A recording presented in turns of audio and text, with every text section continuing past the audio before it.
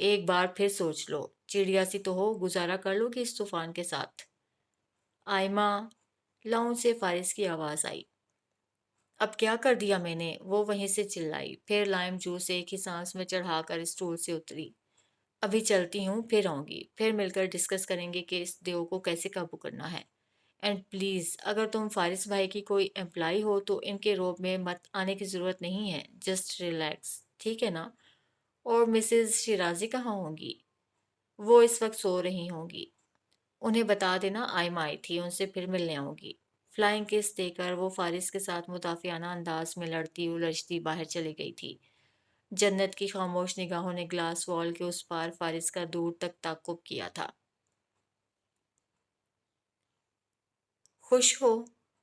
Hand railing پکڑ کر سیڑھیاں چڑھتے اس کے قدموں کی حرکت تھم سی گئی تھی۔ نگاہیں اسکرین پر ابھرتے میسج پر یوں ٹھہری کہ آس پاس سے غافل ہو گئی۔ کچھ دیر پہلے ہی اس کی سائرہ خالہ اور سدرا کے ساتھ ویڈیو کال ہوئی تھی اور اب عمار کا میسج آ گیا تھا۔ نہ سلام نہ دعا، ڈائریکٹ سوال، وہ سوال جو سائرہ خالہ نے بھی اس سے نہیں پوچھا تھا۔ ماما سے تو کافی ہنس ہنس کر باتیں کر رہی تھی تم۔ دوسرا میسج، حلق میں ابھرتی گلٹی کو اس نے بمشکل نیچے اتارا۔ یہ اتنا ہنسنا مسکرانا کب سیکھا تم نے؟ تیسرا میسج، ایکٹنگ تو کمال کی ہے، بہت امپریس ہوا ہوں میں، ساتھ ہی ہنسی ایموجی۔ موبائل ہاتھ میں لیے وہ اپنی جگہ تھم کر رہ گئی۔ نہ نکاح میں شرکت کی تھی اس نے اور نہ ولیمہ اٹینڈ کیا تھا۔ اجنبیت تو نہ تھی کہ خالہ کا بیٹا تھا، مگر اس طرح کے چپتے سوال جو سوال کم جواب زیادہ لگ رہے تھے۔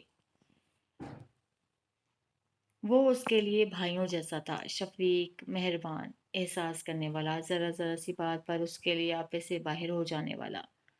سائرہ خالہ کی فیملی کا ہر ممبر اس کے لیے ایسا ہی تھا، مگر اس کے یہ چپتے ہوئے سوال، وہ اسے اتنا کیسے جان سکتا ہے، اس طرح سے کیسے جان سکتا ہے؟ اس کا ذہن الجھن کا شکار ہوا تھا۔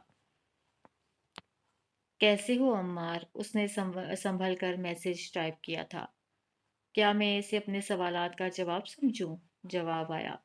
وہ کچھ حیرت سے اسکرین کو دیکھ کر رہ گئی، اپنے پیچھے ڈھیر سارے سوالات چھوڑے اگلے ہی لمحے وہ آف لائن ہو گیا تھا اور جنت کمال تشویش میں مبتلا اپنی جگہ کھڑی رہ گئی تھی۔ تم دعا نہیں مانگتی جنت؟ نماز مغرب کے بعد وہ مسز شیرازی کے برابر بیٹھی خاموشی سے قالین کے ریشوں کو چھیڑ رہی تھی جب انہوں نے دعا پوچھ کر اسے چونکا دیا تھا۔ دعا؟ ایک پکار، ایک امید، ایک یقین، ایک صدا۔ معافی تو مانگتی ہوں، وہ کارپیٹ پر انگلی سے لکیر کھینچتی جھکے سر کے ساتھ آہستگی سے بولی۔ اور دعا؟ اب کہ جنت نے سر اٹھا کر انہیں دیکھا تھا، کچھ حیرت، کچھ الجھن، کچھ گھبراہٹ سے۔ مسز شیرازی کی معیت میں رہتے ہوئے ایسا کبھی نہیں ہوا تھا کہ اسے اجنبیت یا کسی خوف کا احساس ہوا ہو۔ وہ ایسی ہی تھیں، اتنی ہی شفیق، اتنی ہی مہربان، نرم مزاج، اخلاق حسنہ کی مالک، مگر اب وہ اس سے ایک ایسے راستے کی بابت استفسار کر رہی تھیں جس کے بارے میں خود وہ بھی ٹھیک سے کچھ جانتی تک نہ تھی۔ بھول گئی تھی وہ، چھوڑ دیا تھا سب اس نے۔ اسری یسرا کی پینٹنگ اب سامنے دیوار پر لگی نظر آ رہی تھی، اس کی نگاہیں وہیں کہیں تھیں، اسر پر پھیلتی پھسلتی، یسرا پر بھٹکتی، مگر ذہن کہیں اور تھا، توجہ کہیں اور تھی۔ جنت؟ اسے سوچوں میں غرقاں دیکھ کر انہوں نے پکارا تھا۔ کیا مانگوں؟ اسے اپنی آواز بہت دور سے آتی ہوئی محسوس ہوئی تھی۔ کتنی ہی دیر تک مسز شیرازی اس کی خالی آنکھوں میں دیکھتی رہیں، کوئی امید، کوئی یقین، یا پھر زندگی کا ہی کوئی رنگ۔ کچھ تو نظر آئے، مگر وہاں کیا تھا؟ ایک محیب تاریکی، ایک محیب سناٹا۔ جو تمہارا دل چاہے، انہوں نے نرمی سے کہا تھا۔ جو میرا دل چاہے؟ کوئی شے پھانس کی طرح اس کے حلق میں اٹکی تھی، نگاہیں اسر پر جا ٹھہری تھیں۔ اگر جو اللہ نہ چاہے، اس کے لب کپ کپائے تھے، ایسا نہیں ہوتا کہ وہ نہ دے۔ کچھ دعائیں قبول نہیں ہوتی آنٹی، شکایت بے ساختہ ہی لبوں پر آئی تھی۔ کچھ چیزیں نہیں ملتی، کچھ لوگ نہیں ملتے، کچھ خواب ادھورے ہی رہ جاتے ہیں، کچھ نقصان پورے نہیں ہوتے۔ دیوار گیر کھڑکیوں کے اس پار شام کا منظر اس کی تاریکیوں سے الجھ گیا تھا۔ دعائیں رد نہیں ہوتی، جنت محفوظ کر لی جاتی ہیں۔ جو آپ مانگ رہے ہوں وہ نہ ملے تب بھی آپ کے ہاتھ خالی نہیں لوٹائے جاتے۔ اللہ ہمیشہ بڑھ کر عطا کرتا ہے، وہ آپ کو حیران کر دیتا ہے۔ آنکھوں میں ابھرتی نمی کو دباتے ہوئے جنت نے سر جھکا لیا۔ کیا مانگے؟ ذہن شاید اب بھی یہیں اٹک جاتا تھا، جس کی طلب تھی یا چاہ رکھتی تھی وہ اسے مل نہیں سکتا تھا۔ جو محرومیاں اس کا مقدر ٹھہری تھی وہ عطا میں نہیں بدل سکتی تھی۔ کچھ کام بس تخیل تھے، ناممکن، اور کچھ معاملات میں وہ بے بس تھی، قطعی بے بس۔ آپ کی دعائیں قبول ہوتی ہیں؟ یوں ہی سر اٹھا کر اس نے پوچھا تھا، آواز روندھی ہوئی تھی۔ ہاں ہوتی ہیں، اور ایک خوبصورت دعا تو حال ہی میں قبول ہوئی ہے۔ وہ مسکرائیں۔ کون سی دعا؟ ایک اشتیاق تجسس سا ابھرا تھا اس کی آنکھوں میں۔ یہی کہ مجھے فارس کے لیے ایک اچھی سی نیک سیرت لڑکی مل جائے۔ جنت کی آنکھوں سے اشتیاق گم ہو گیا، تجسس کی جگہ اذیت نے لے لی۔ سر جھکا کر ایک بار پھر اپنے خول میں بند ہوئی اور قالین پر لکیریں کھینچنے لگی۔ مسز شیرازی گہرا سانس لے کر رہ گئیں۔ دعا مانگتے رہنا چاہیے، قبول ہو جائے تب بھی، نہ قبول ہو تب بھی، کہ دعائیں رد نہیں ہوتی، جواب ضرور آتا ہے۔ جھولی خالی نہیں رہتی، اس میں کچھ نہ کچھ ضرور گرتا ہے۔ وہ جنت کو دیکھ رہی تھیں اور جنت سر جھکائے بالکل خاموش بیٹھی تھی۔